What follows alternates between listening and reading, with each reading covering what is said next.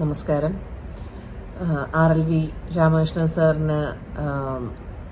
സാറിനെതിരെ ഒരു വളരെ അതിശയിപ്പിക്കുന്ന രീതിയിൽ ഒരാൾ സംസാരിച്ചതായിട്ടുള്ള വീഡിയോ ഒക്കെ കാണാനിടയായി.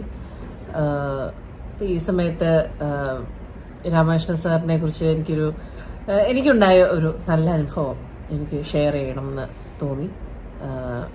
കുറേ വർഷങ്ങൾക്ക് മുമ്പ് ഞാൻ +1 പഠിക്കുന്ന സമയത്ത് പാലായിൽ വെച്ച് കോട്ടയം ജില്ലാ കലോത്സവം നടക്കുകയായിരുന്നു. അപ്പോൾ മോഹിനിയാട്ട മത്സരത്തിനായിരുന്നു.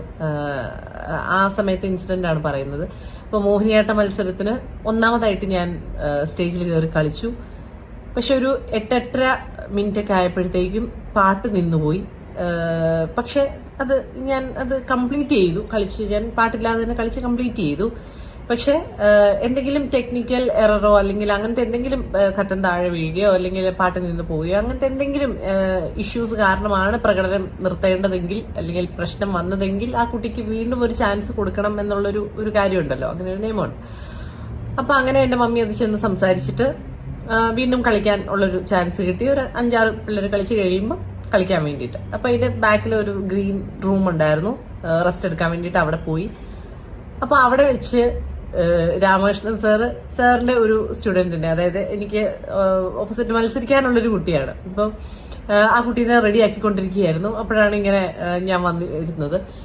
അപ്പൊ ഇങ്ങനെ എന്തു പറ്റി, ഇങ്ങനെ പാട്ട് നിന്നുപോയി, അപ്പൊ വീണ്ടും കളിക്കണം എന്നൊക്കെ പറഞ്ഞപ്പോഴത്തേക്ക് മോള് റെസ്റ്റ് എടുക്ക് എന്നൊക്കെ പറഞ്ഞിട്ട് വെള്ളം വേണോന്നൊക്കെ ചോദിച്ചു. അവിടെ മറ്റേ കുട്ടിക്ക് രാമകൃഷ്ണ സാറിന്റെ പഠിപ്പിച്ച കുട്ടിക്ക് വേണ്ടി വെച്ചിരുന്ന ഓറഞ്ചൊക്കെ എടുത്ത് എനിക്ക് കഴിക്കാൻ വേണ്ടി തന്നു. വെള്ളമൊക്കെ കുടിച്ച് സമാധാനമായിട്ട്, ടെൻഷനൊന്നും വേണ്ട, റിലാക്സ് ചെയ്ത് സമാധാനമായിട്ട് ടെൻഷനൊന്നും ഇല്ലാതെ പോയി കളിച്ചാൽ മതി എന്നൊക്കെ പറഞ്ഞിട്ട് എനിക്ക് വേണ്ട എല്ലാ സപ്പോർട്ടും തന്ന് അങ്ങനെ എന്റെ ടൈം ആയപ്പോ എന്നെ കളിക്കാൻ വേണ്ടി കയറ്റി വിട്ടു. അങ്ങനെയാണ് ഞാൻ ആദ്യമായിട്ട് രാമകൃഷ്ണൻ സാറിനെ കാണുന്നത്. അപ്പോ എനിക്കറിയത്തില്ല, സാറിന്റെ പേര് എപ്പോഴും എനിക്കറിയത്തില്ലായിരുന്നു. അവിടെ ആരോ ഇങ്ങനെ പറഞ്ഞു കലാഭവൻ മണിയുടെ അനിയനാണ് എന്നൊക്കെ പറഞ്ഞപ്പോഴത്തേക്കും ആ രീതിയിലാണ് കലാഭവൻ മണിയുടെ അനിയനെ കണ്ടു. അങ്ങനെ ഒരു മൈൻഡിലാണ്, ആ ഒരു സന്തോഷത്തിലായിരുന്നു നമ്മളുണ്ടായിരുന്നത്. അപ്പൊ അതൊക്കെ കഴിഞ്ഞ് മത്സരത്തിന്റെ റിസൾട്ട് വന്നപ്പോ എനിക്ക് ഫസ്റ്റ് കിട്ടുകയും ചെയ്തു.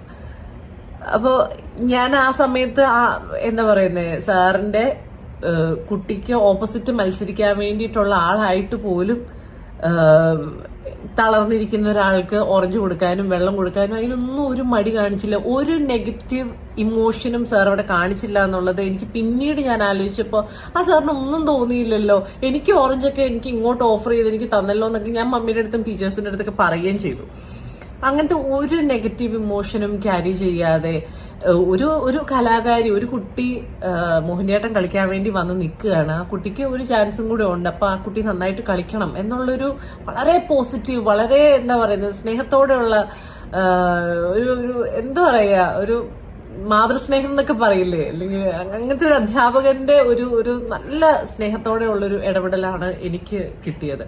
ഇത് ഞാൻ +1 പഠിക്കുമ്പോൾ ഉള്ളൊരു കാര്യമാണ് കേട്ടോ. ആ സമയത്തൊന്നും ഞാൻ നടിയായിട്ടോ അങ്ങനൊന്നുമില്ല.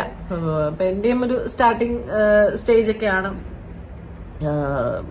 അങ്ങനത്തെ എനിക്കും ആ ഒരു അനുഭവം ഇന്നും എനിക്ക് നല്ലൊരു ഓർമ്മയാണ്. എനിക്കും അത് ഒരുപാട് കാര്യങ്ങൾ എന്നെയും പഠിപ്പിച്ചു. എനിക്കും നല്ലൊരു പാഠമായിരുന്നു എന്നുള്ളത്. ആരായിക്കോട്ടെ എന്തായിക്കോട്ടെ, ഒരു കല അല്ലെങ്കിൽ ഒരു കലാപ്രകടനത്തിനായിട്ട് നിൽക്കുമ്പോൾ ആ ആളോട് ഉള്ള സപ്പോർട്ടാണ് നമ്മൾ കാണിക്കേണ്ടത്. ആ ആളെ വളരെ സ്നേഹത്തോടെയും കൈൻഡായിട്ടും വേണം ആ ആളോട്. അത് ഓപ്പോസിറ്റ് മത്സരാർത്ഥിയാണെന്നുള്ള ഒരു നെഗറ്റീവ് ഇമോഷൻ ഒന്നും ക്യാരി ചെയ്യാതെ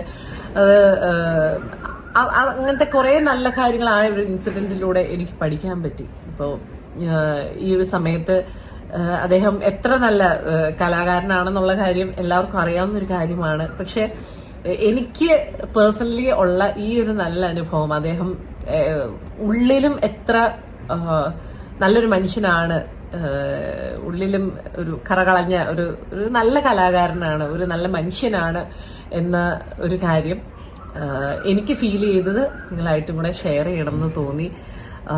ഇപ്പോ സമൂഹത്തിലെ എല്ലാവരും തന്നെ സാറിന്റെ രാമകൃഷ്ണ സാറിന് സപ്പോർട്ടായിട്ട് വന്നിട്ടുണ്ട്. ഒരുപാട് ചർച്ചയായിട്ടുണ്ട് ഈ ഒരു വിഷയം. ഇന്നത്തെ ഈ ഒരു സമൂഹത്തിൽ ഒരിക്കലും അങ്ങനത്തെ ഒരു കാര്യം ആരും നേരിടാൻ പാടില്ല. അപ്പോൾ എല്ലാവരും സാറിന്റെ കൂടെയുണ്ട് സപ്പോർട്ടിനായിട്ട്. ഞാൻ